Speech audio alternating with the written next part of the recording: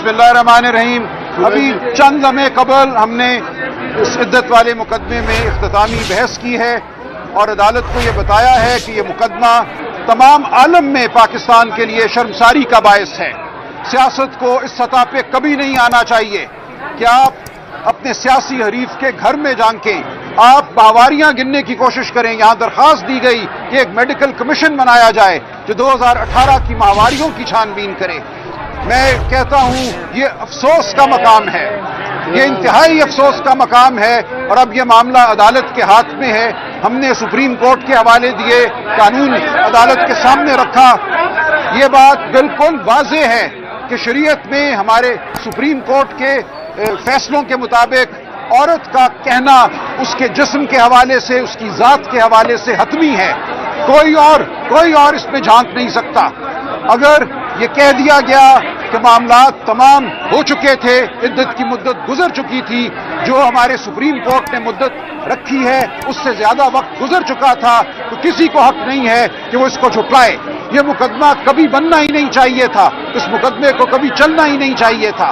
हम पाकिस्तान की तमाम औरतों की इज्जत के लिए यहां खड़े हैं। हम खड़े हैं पाकिस्तान में चादर और चार दीवारी के तकद्दुस के लिए। हम आपसे, पूरी कौम से ये इल्तिजा करते हैं कि इस मुकदमे के साथ हमारा साथ दीजिए, अपनी आवाज बुलंद कीजिए, रियासत पाकिस्तान को बताइए कि औरत की हुर्मत हमें अजीज है, औरत की हुर्मत शरीयत में, हमारे कानून में मोतबर है, बरतर है। यह मुकदमा इंतहाई घटिया मुकदमा है, वाकयाती तौर पे भी और कानून की नजर में भी। एक शख्स को गिरफ्तार किया जाता है, 4 महीने वो गायब रहता है खाबर माने का, और उसके बाद आके वो दरखास्त देता है निकाह के 5 साल और 11 महीनों के बाद। इमरान खान साहब और बुशरा बीबी का निकाह 1 जनवरी 2018 को होता है और ये दरखास्त नवंबर 2023 में दाखिल की जाती है। तो आपके सामने हैं तमाम वाकयात कि किस तरह लोगों को मोहरों के तौर पे इस्तेमाल किया जा रहा है सियासी मकासद के लिए। सियासी मकसद ये हरगिज नहीं हो सकता कि आप औरत की हुर्मत पर हमला करें। तो मैं आपके तवस्सुत पाकिस्तान के अवाम से, पूरे पाकिस्तान से ये दरखास्त करता हूं कि आप जहां कहीं भी हैं अपनी आवाज बुलंद कीजिए इस तमाम बेहुर्मती के खिलाफ। आप कहिए कि हमें इस नहज की सियासत कबूल नहीं है, ये ना शरीयत के मुताबिक है ना कानून के मुताबिक है। इंशाअल्लाह 3 बजे हम समझते हैं हमारी फतह होगी। लेकिन मैं कौम को यह कहना चाहता हूं कि कल सुप्रीम कोर्ट ने एक तारीखी फैसला दिया, लेकिन याद रहे उससे पहले हम इलेक्शन कमीशन में मुकदमा हार चुके थे, पेशावर हाई कोर्ट में मुकदमा हार चुके थे, सुप्रीम कोर्ट में बिलाखिर सुनवाई हुई, हमारी जमात के तशख्खुस को माना गया, हमें पीटीआई के तौर पे असेंबली का मेंबर माना गया।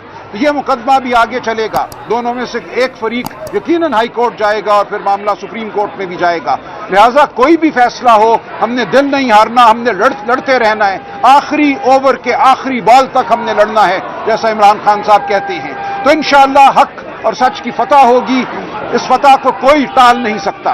आपका बहुत शुक्रिया। सलमान अकरम राजा साहब, आपके आर्गूमेंट तो बड़े जानदार थे, लेकिन उसके बावजूद भी फैसला आप लोगों के खिलाफ आया। अब आप क्या तवक्को कर रहे हैं इस अपील में? देखिए, ये अपील जो है जिस तनाजुर में हुई आज, वो भी सामने रहे कौम के।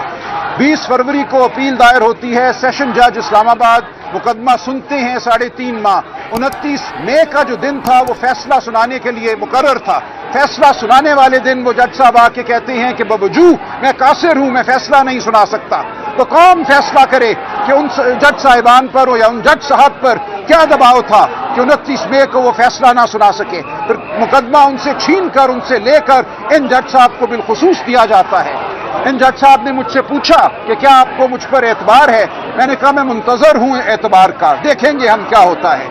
लिहाजा जिस तनाजुर में, जिस सियाको सबाक में ये मुकदमा इस अदालत में आया, वो हमारे लिए तशवीशनाक है। लेकिन इसके बावजूद हमने कानून और आइन और वाकयात के मुताबिक मुकदमा लड़ा, प्रोफेशनली मुकदमा लड़ा। हम तवक्को करते हैं कि फैसला भी कानून और आइन के मुताबिक आएगा, वाकयात के मुताबिक आएगा। लेकिन फैसला अगर इससे हट कर आता है तो हम हाई कोर्ट जाएंगे, हम सुप्रीम कोर्ट जाएंगे। हम इंशाअल्लाह कामयाब होंगे। फतह हमारी है क्योंकि हम हक और सच पे खड़े हैं। बहुत शुक्रिया।